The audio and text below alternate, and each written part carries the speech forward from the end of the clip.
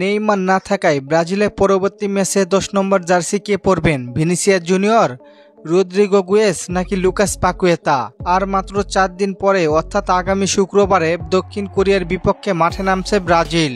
ইনজুরির কারণে দল থেকে ছিটকে গিয়েছেন এডারসন মোরেস। বর্তমানে দলে বেশ ভালো ভালো তারকা আছেন। গত ম্যাচে ভিনি, নেইমার, রদ্রিগো না থাকায় দলের মূল ভরসা হয়েছিল রাফিনহা, কিন্তু ইনজুরির কারণে 3 সপ্তাহ মাঠের বাইরে থাকতে হবে তাকে। তাই গুঞ্জন উঠেছে কে পাচ্ছে ব্রাজিলের 10 নম্বর জার্সি। এক সময় দলে নেইমার না থাকায় রদ্রিগো পেয়েছিল 10 নম্বর জার্সি, কিন্তু ফর্ম আর ইনজুরির কারণে দল থেকে বাদ পড়ায় রাফিনহা ও ভিনিসিয়াস জুনিয়র 10 নম্বর জার্সি পেয়েছিলেন। যদিও নেইমারের উত্তরসূরি ভাবা হতো রদ্রিগোকে, কিন্তু ভবিষ্যতে 10 নম্বর জার্সি পেতে পারেন এস্তেভাও উইলিয়াম। সে নিজেকে প্রতিনিয়ত প্রমাণ করেছে।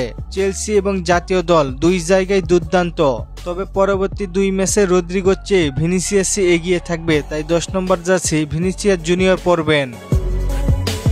আর রদ্রিগো একাদশে সুযোগ পাবে কিনা তা নিয়ে রয়েছে দুশ্চিন্তা। লেফট ও রাইট দুই পজিশনে রদ্রিগো খেলতে পারেন, কিন্তু সমস্যা হলো লেফটে ভিনিকে বসিয়ে রেখে রদ্রিগোকে কি খেলাবেন আনচেলত্তি, আর রাইট উইঙ্গে এস্তেভাওকে বসিয়ে রেখে রদ্রিগো কি খেলাবেন আনচেলত্তি? সব দিক বিবেচনায় রদ্রিগো হয়তোবা একাদশ থেকে বাদ পড়তে পারেন। আপনার মতে 10 নম্বর জার্সি কে পরলে ভালো হতো জানিয়ে দিন কমেন্ট করে। আর চলেন আপনাদের কমেন্টগুলো দেখে আসি। ইউনুস ভাই প্রশ্ন করেছেন 10 তারিখে অধিনায়কের দায়িত্ব কে থাকবে? ভাই ক্যাসমিরো। বিশাল ভাই প্রশ্ন করেছেন অনুশীলন কবে থেকে? ভাই 7 তারিখ থেকে। নীরব ভাই প্রশ্ন করেছেন 14 তারিখের ম্যাচে কি রাফিনহা খেলবে না? ভাই সে ইনজুরিতে আছেন। আর আপনারা অনেকেই জানতে চেয়েছেন কিভাবে খেলা দেখবেন। ভাই এই নিয়ে খুব তাড়াতাড়ি ভিডিও নিয়ে আসব।